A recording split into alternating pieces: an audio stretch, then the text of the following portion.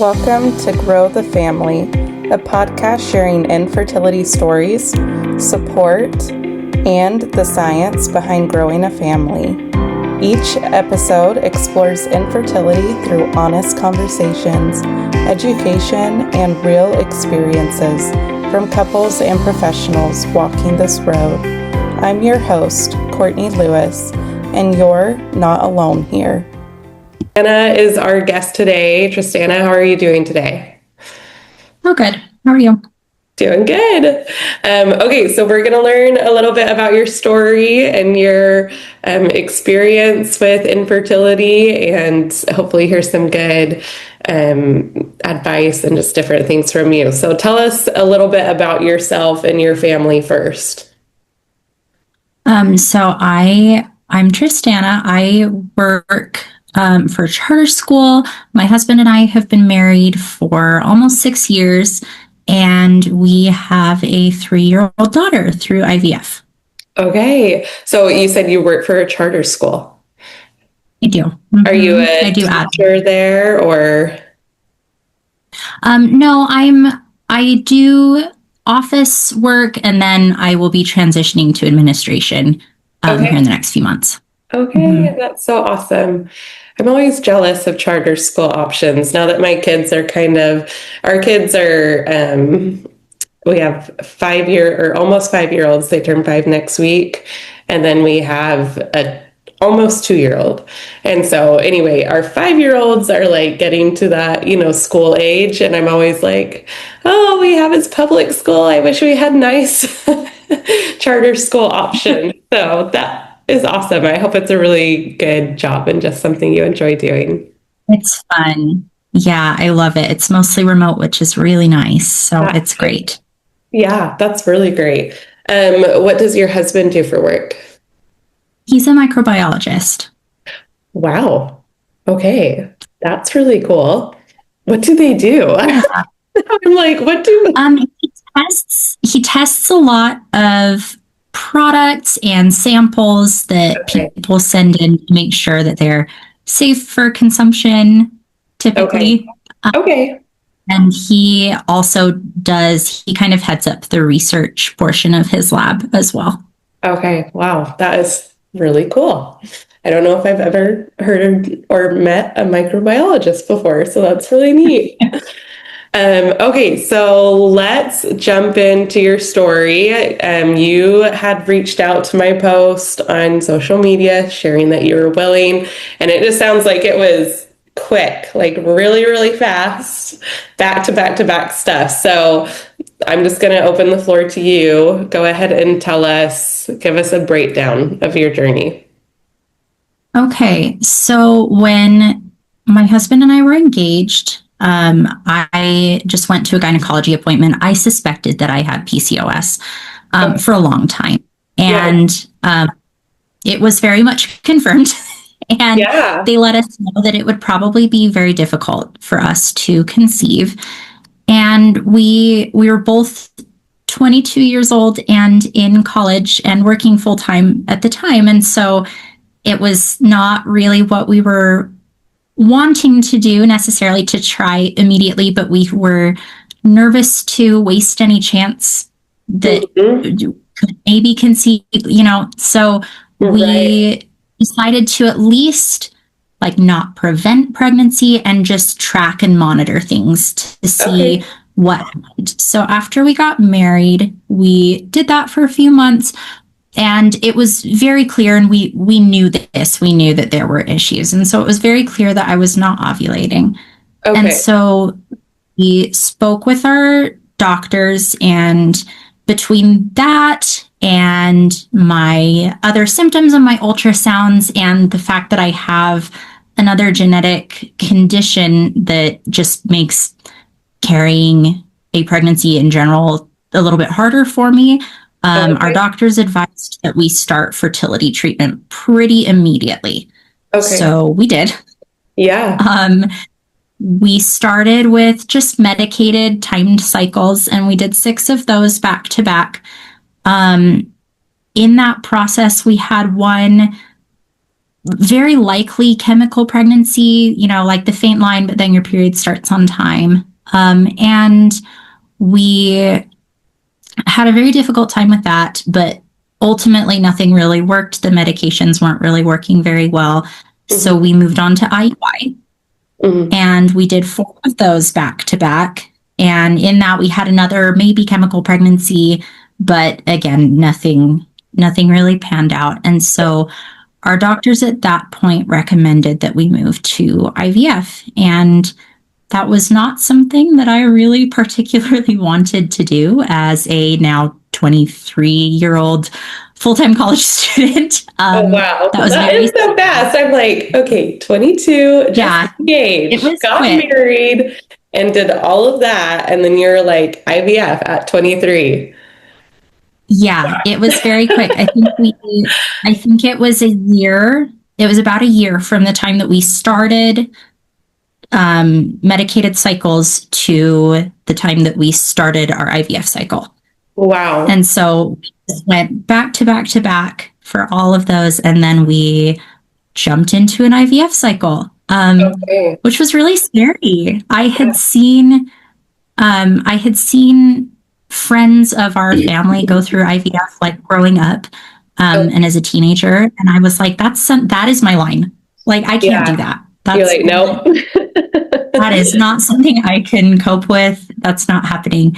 Yeah. But we talked about it and we prayed about it, and we felt very strongly that that was something that we needed to pursue. And our doctors let us know, like, your best chances are now. While you're young.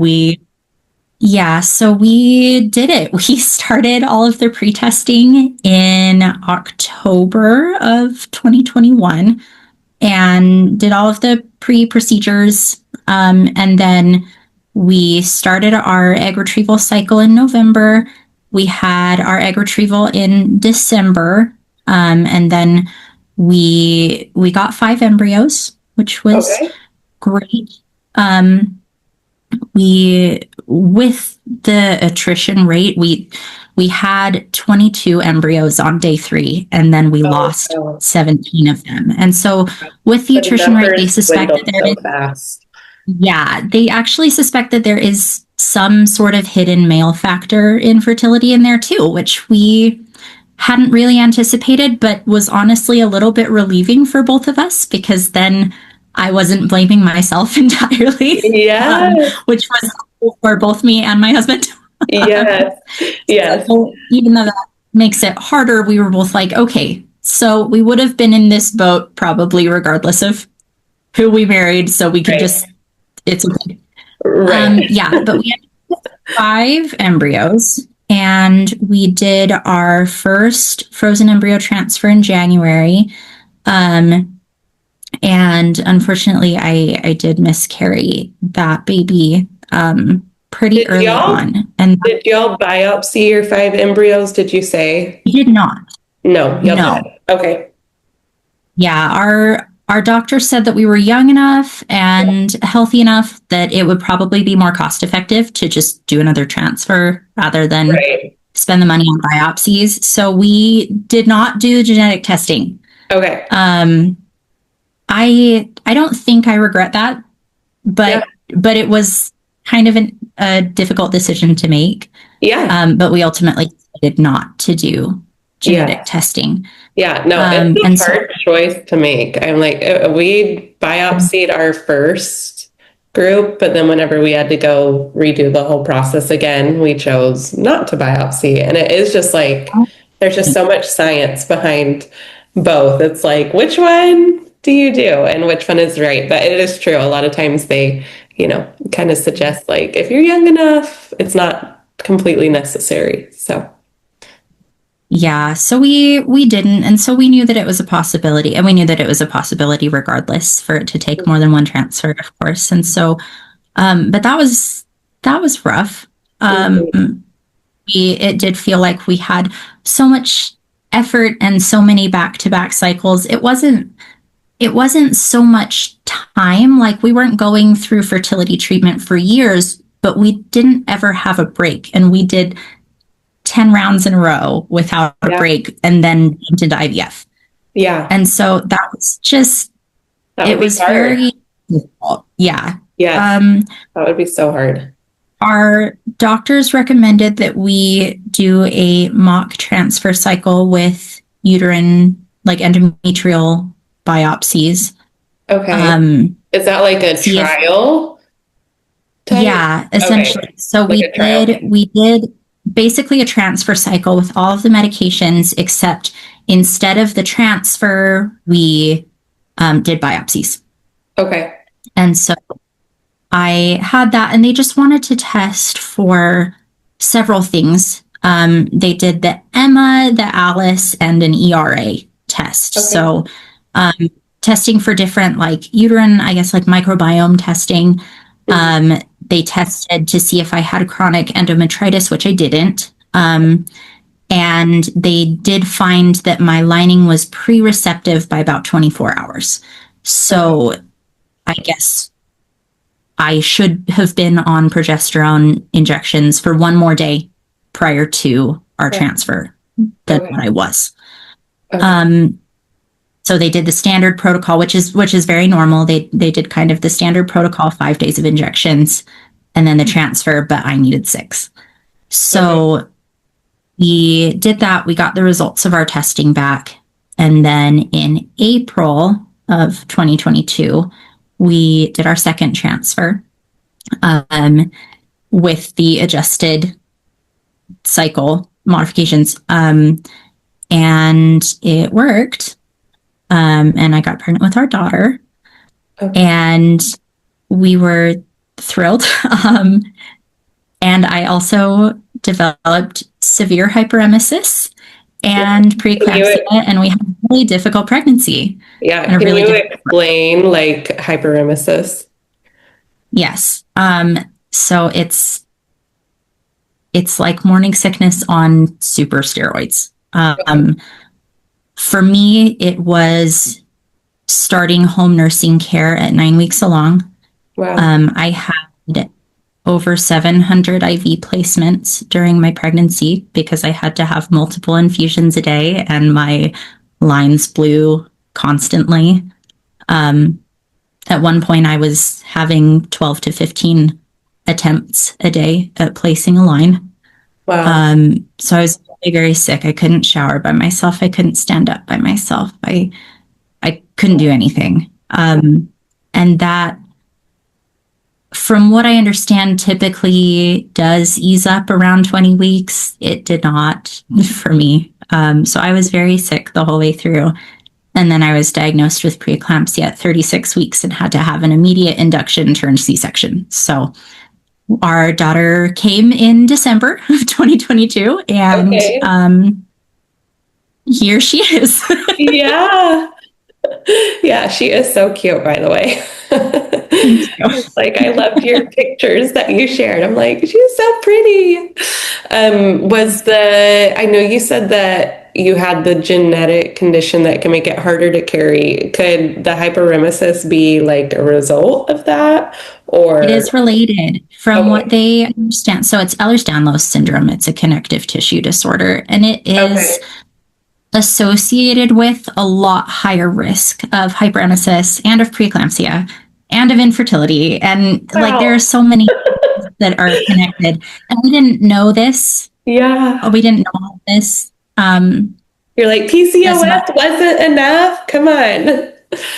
Right. Yeah. So it was a lot of things factored in. It was a very difficult pregnancy, but we were also obviously very, very grateful to be able to do that at all, because it was a long time of very intense treatment before that was able to.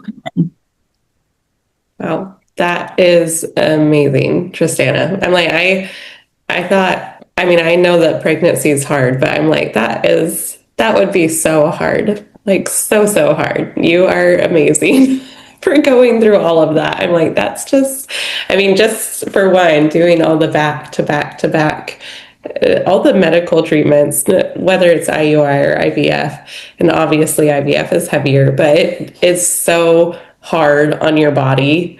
And so for you to go back to back to back and just like keep pushing through, I'm like, that is amazing. Absolutely inspiring that you guys were just like, this is the goal. Like we are focused in, we are going for it. And now you guys are your sweet daughter, which is Yes. wonderful.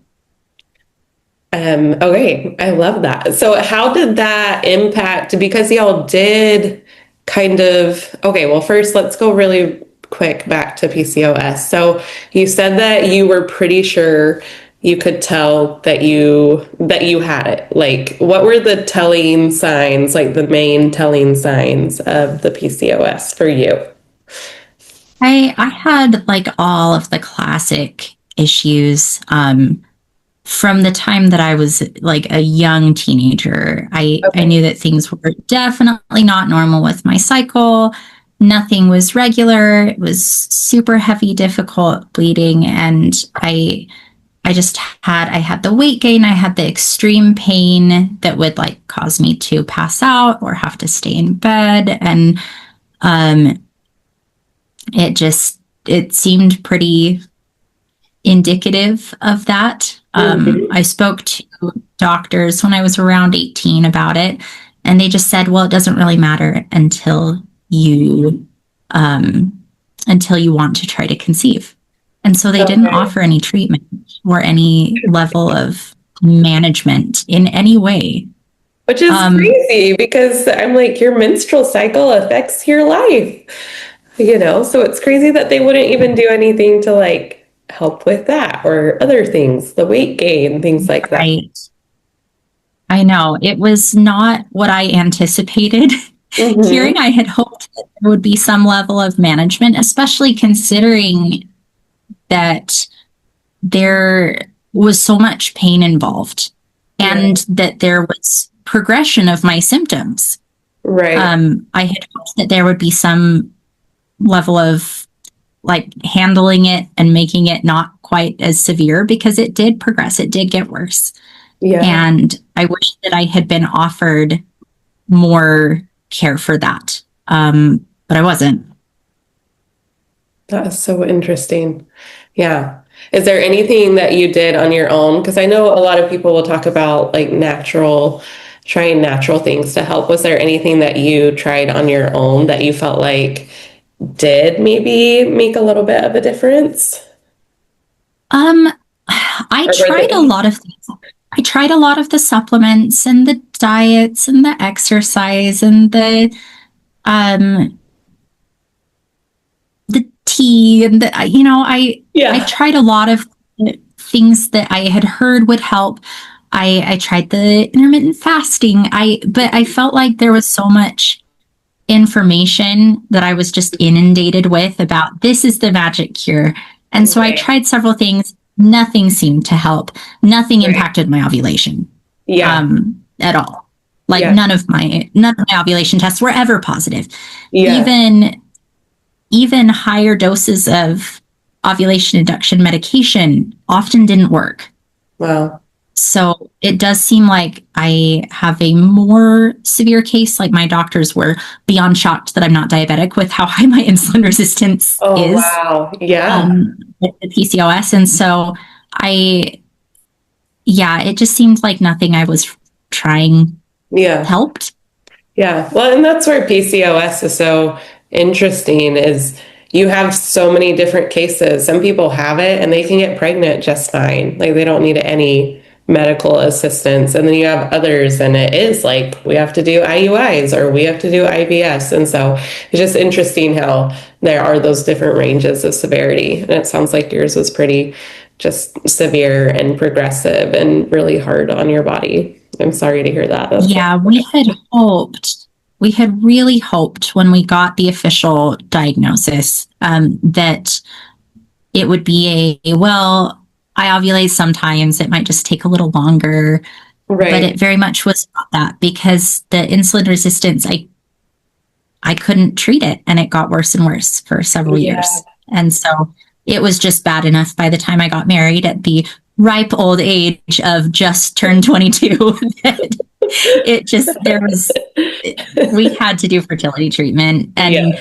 our doctors told us, look, there's like a less than 1% chance of you ever getting pregnant without significant Without treatment. help. You need to just start. So, Right. Right. what we did. Yeah, yeah. Okay, so tell us how that impacted your marriage because you guys were going into it and you already knew, which is kind of new for, not everybody has that outcome. A lot of people don't find out until after they're married. So, what did those conversations look like and how did you and your spouse kind of cope differently as y'all were going through the very rigorous, treatment schedules? Um, so my husband and I were best friends for 4 years before we ever dated. And then we dated for like 2 months and then we got married. So, you had a good foundation. Yeah, like the engagement and that time period where I was diagnosed was really quick. Everything was going very fast there. And so I was maybe a little bit dramatic about it. And I called him after my appointment and I just was like, here's your out. Like, I'm just letting you know, I may not be able to give you children. And I hope that that's not the case, but I need you to go in with eyes wide open that this may be what happens. Mm-hmm. And he just said, I am marrying you because I love you, not because I love the idea of some potential future family. Whatever happens, we'll deal with it and we'll figure it out. And so he was very accepting of it. He talks about how he had this weird feeling when he learned about IVF when he was younger. He just always had this weird feeling that his wife and he would have to go through it.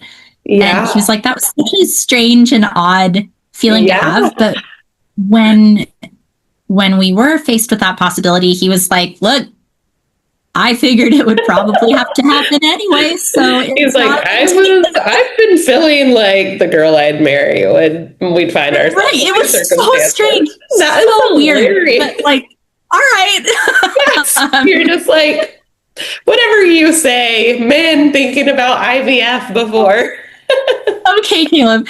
Yeah, but he rolled with it really well. I think that I had a harder time with it initially because I felt so responsible for that. And I already felt so responsible for so many medical costs that we were incurring because of all of my other health issues. And so adding another thing on top of it was really difficult for me to do without feeling like a terrible wife and like I was just bringing shame and difficulty and debt upon the family. And so I had a really rough go with that. My husband, I think.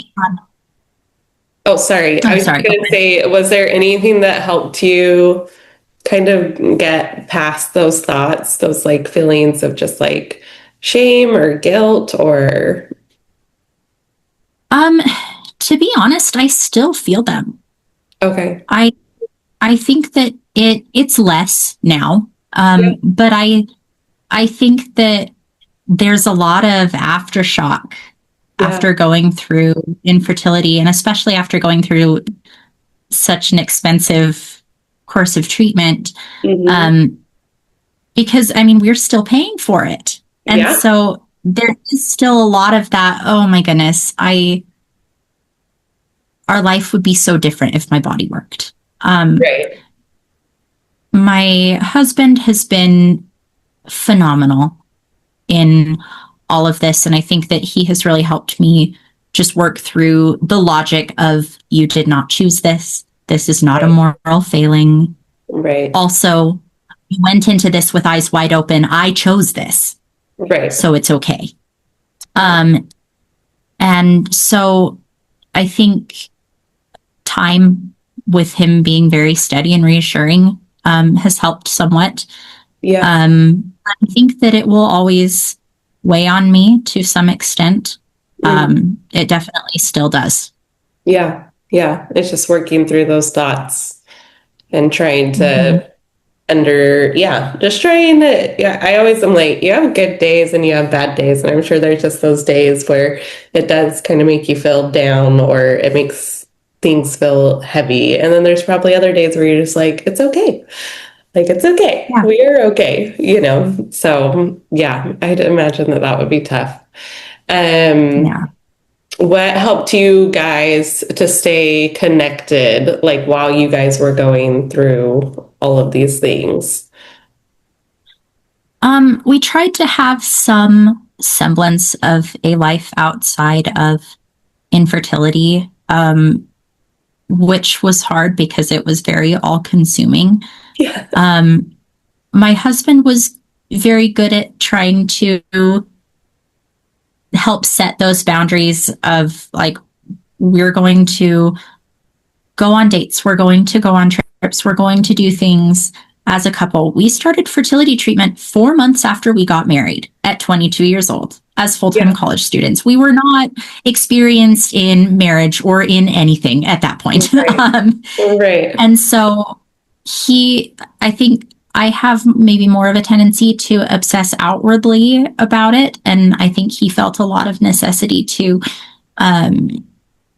be like the strong one and be the positive one and help just guide me through the physical challenges of it. And so he also was more the one to say, hey, we're going to focus on other things as well. We definitely gave each other and ourselves time to process and discuss it. And I went to therapy. He went to therapy for a little bit too, actually. Okay. And that was helpful for both of us to manage some of the anxiety and depression that came along with that whole situation. And then we also just stayed extremely busy because we were both working and in school. And so we didn't have quite as much wallowing time, I think, which might be a good thing. So busy. Yeah. Hey, like it's good to stay busy. It keeps your mind off of it and keeps you, brings you a certain level of happiness and joy and peace to your life if you're able to just keep moving forward. So I like that. Was there anything else that brought strength? And I love that y'all turned to therapy. I know sometimes people will look at therapy and just be like, nope, I'm not doing it, or I'm not going to put the money towards it. But there's no shame in asking for help and for getting that professional help. It's important and necessary and so helpful. And so I love that y'all were willing to take that step, that you saw that it was something you both needed. Was there oh, go ahead. Sorry. Oh, I was just saying that I think it's important to allow the open space to process things with maybe an outside source that isn't your spouse. I think there's a lot of very unintentional guilt that can be caused when you vent to your spouse about how difficult it is. And we did that for the most part, but sometimes it was really helpful, I think, for both of us to be able to go to a therapist individually and just let it out. Say, hey, this is really hard. And we didn't blame each other at any point at all. But I think that like it was harder. It was naturally harder for my husband to say this is really hard to the person who had the bulk of the infertility issue for us. So I think it was a good outlet to have and to just manage the general anxiety that came with it. Right. Would you say that family and friends were a good support system as well, or? I think there was not a lot of understanding there because we did not have many people in our lives who had gone through that. Okay. Most of the people in our lives had a very easy time with conception and lots of children. And so it was, I think that was something that we wished for more. We later have had friends go through infertility. We were just the first ones. And so we've been able to support a lot of other couples in their challenges, but we didn't have that when we were going through it. And so it was a very isolating experience. And I think that it was just not well understood.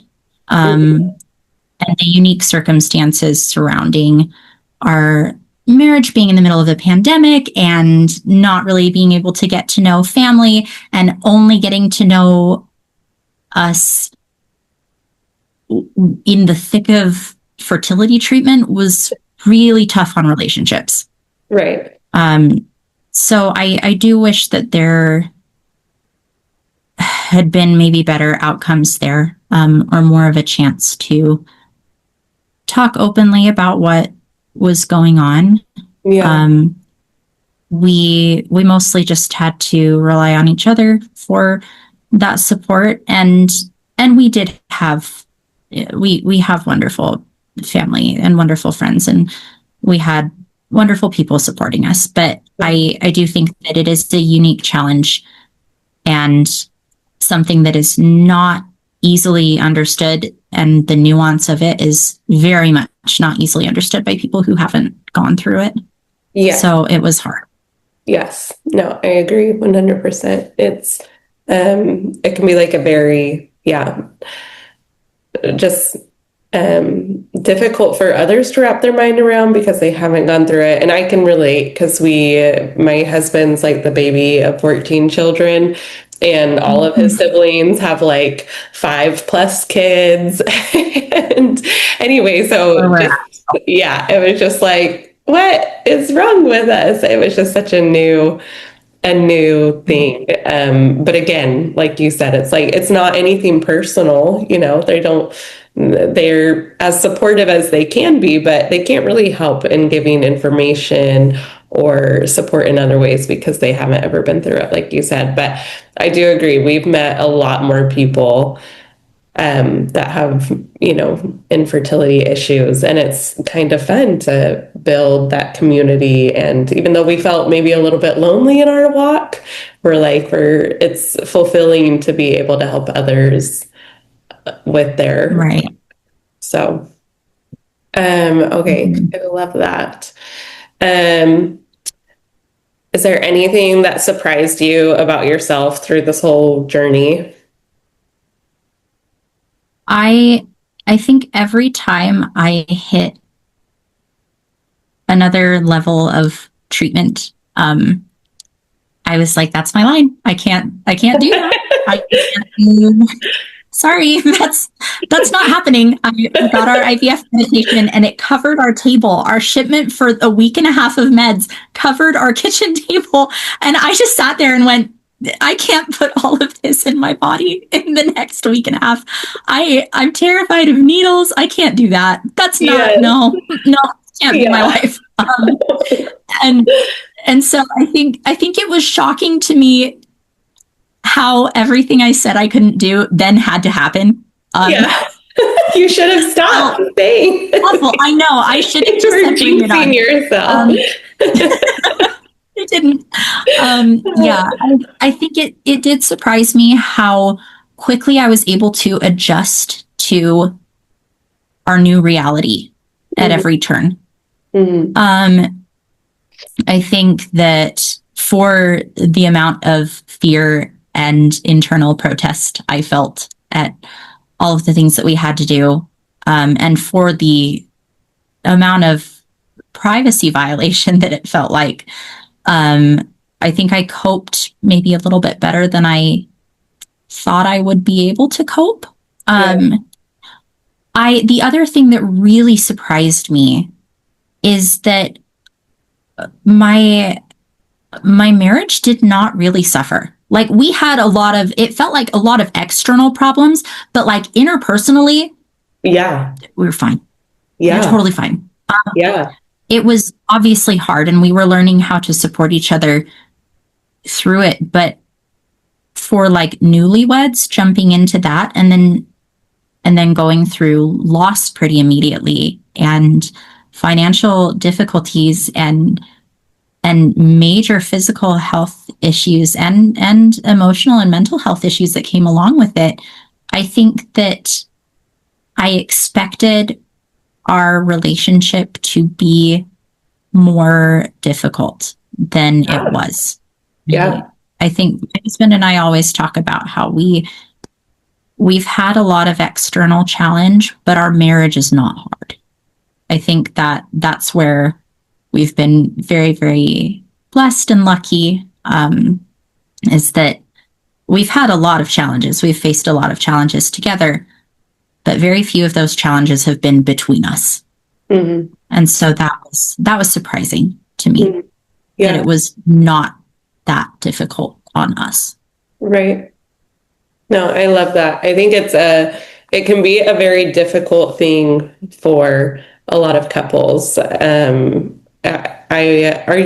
you on some of the fertility support pages? And like, I had posted so many places and I'm like, where was Tristana at?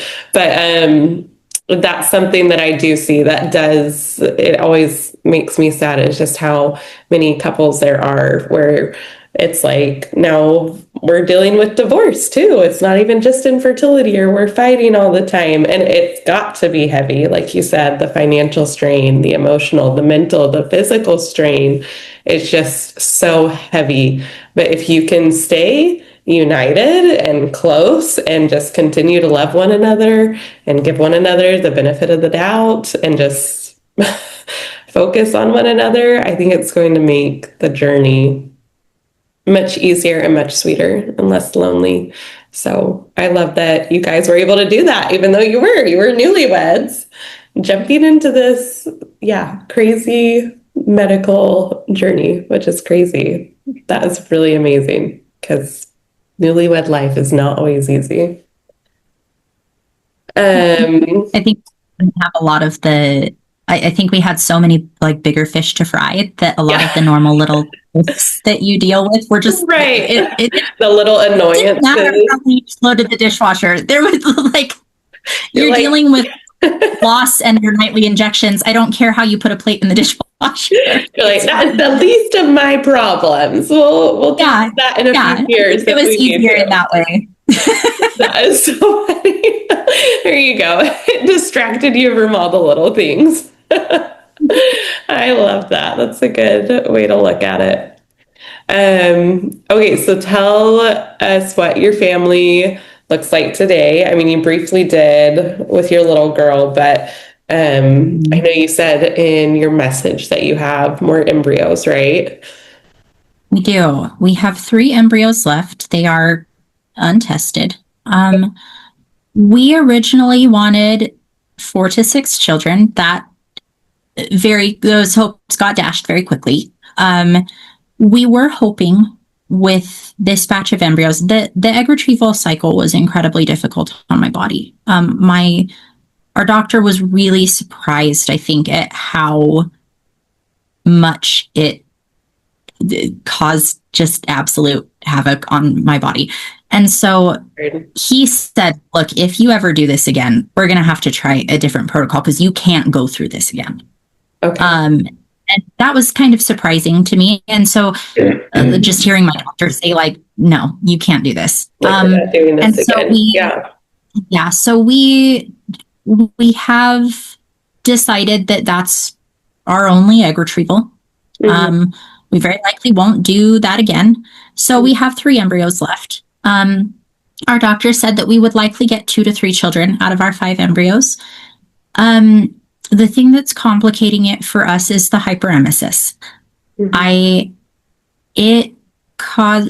That is so much scarier to me than the IVF at this point. It caused so many lasting issues with my body, and it would legitimately be dangerous for me to be pregnant again.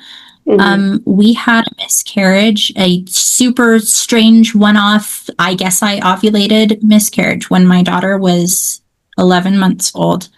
And I was likely 7 weeks along. And we found out, because I thought there's no way that I'm pregnant. I didn't even take a test because it didn't even cross my mind. Right. You're like, it's not possible. Yeah. Right. We had to do so much that it was like, it would be really silly to take a test. I finally took a test. It was a faint positive, but I miscarried like the next morning. I started miscarrying. And so we were like, okay. And it was awful and hard. And I also don't think that I was so sick even during those few weeks. I don't think that there is a way that with a young child, I could do that again. So if we do have another, we will likely only do one more. I don't know how that will shake out with our embryos. That's a difficult thing that we've tried to come to terms with, because we always thought, well, we'll use all of them. Right. And now I don't know if we did a transfer and that worked and we still had embryos, I don't think we're doing another one. So I don't know. That one's a tough. That's such a hard question. Yeah. And so I always thought that we'd have kids close together. My daughter's in preschool now. And I thought that by the time I had a kid in preschool, I would for sure be trying for another baby or have one. Right. But that's just not possible for us right now. And I mean, we're still paying off our IVF debt now. Yeah. And so I don't know what that will look like. I feel like we will probably try again at some point in the future. But like I said, it's one more at most. And we're trying to come to terms with the possibility of only ever having one child when we wanted a lot of children. And some days I think, sure, I can try again. And other days I think absolutely not.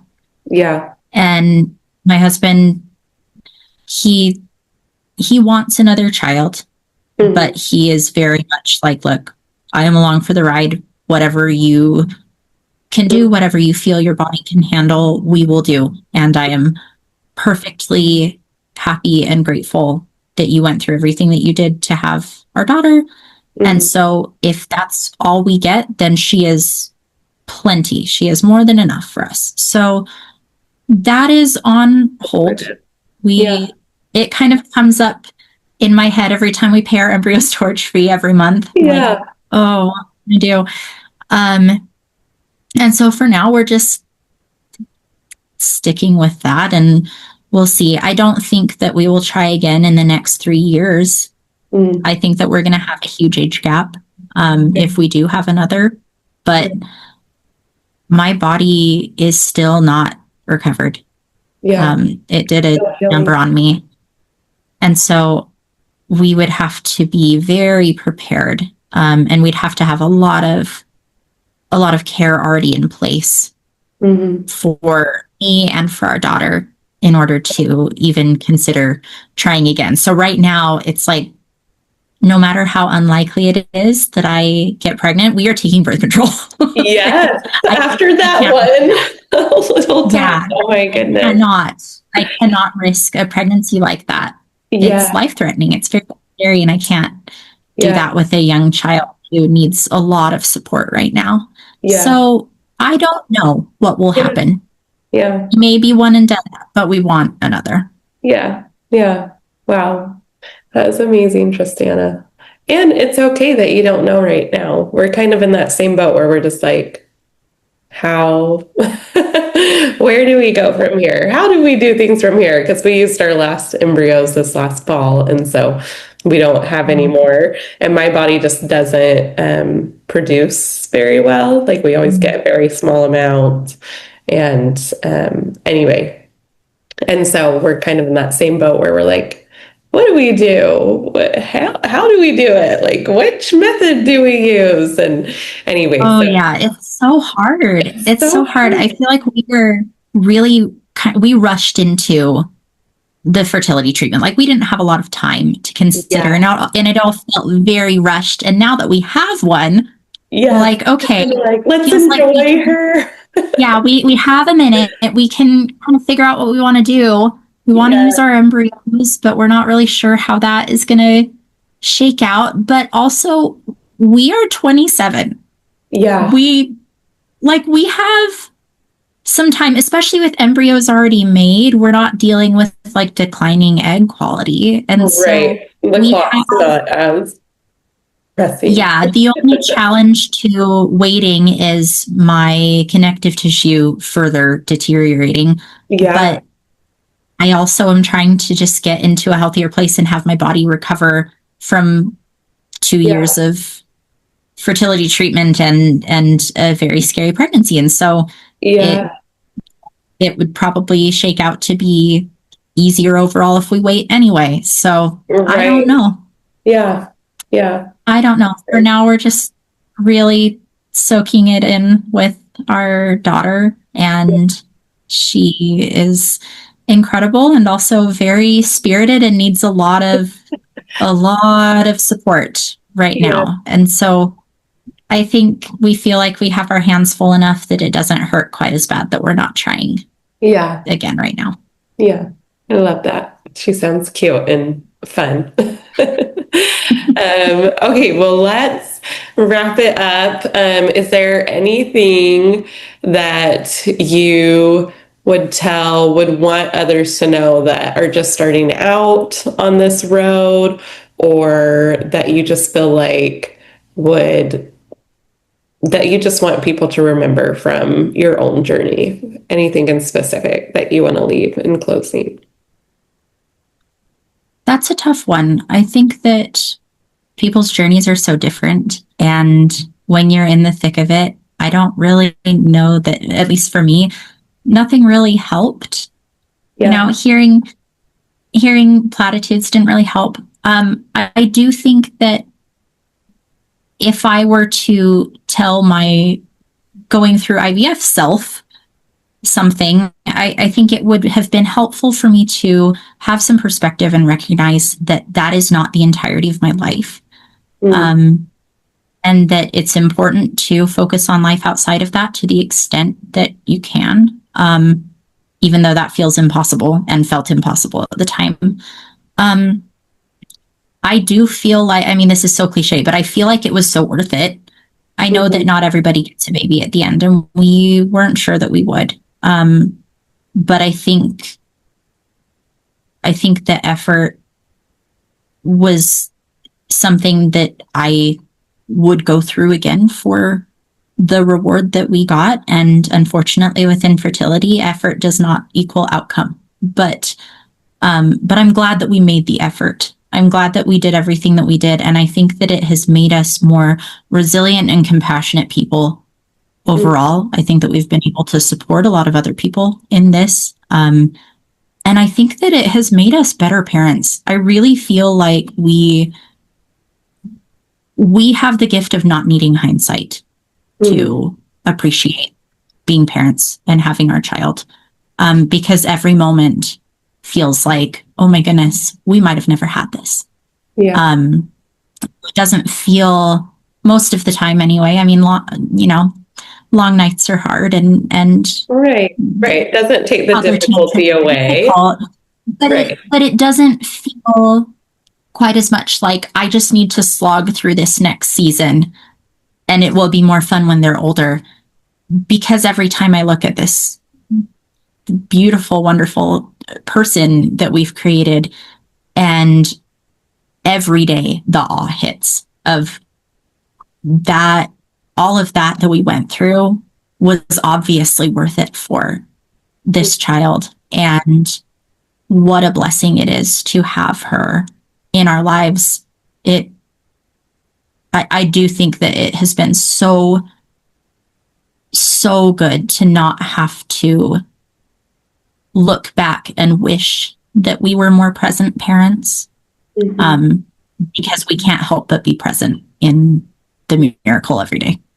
I love that, Tristana. Thank you. That's so beautiful. Oh, thank you for taking this time to be vulnerable and to share your experience, your journey, and your thoughts with everybody. I really, really appreciate it. Thank you so much for having me. I appreciate it. Yes. Thank you so much for spending this time with us. Infertility can look different for every person, every couple, and every family.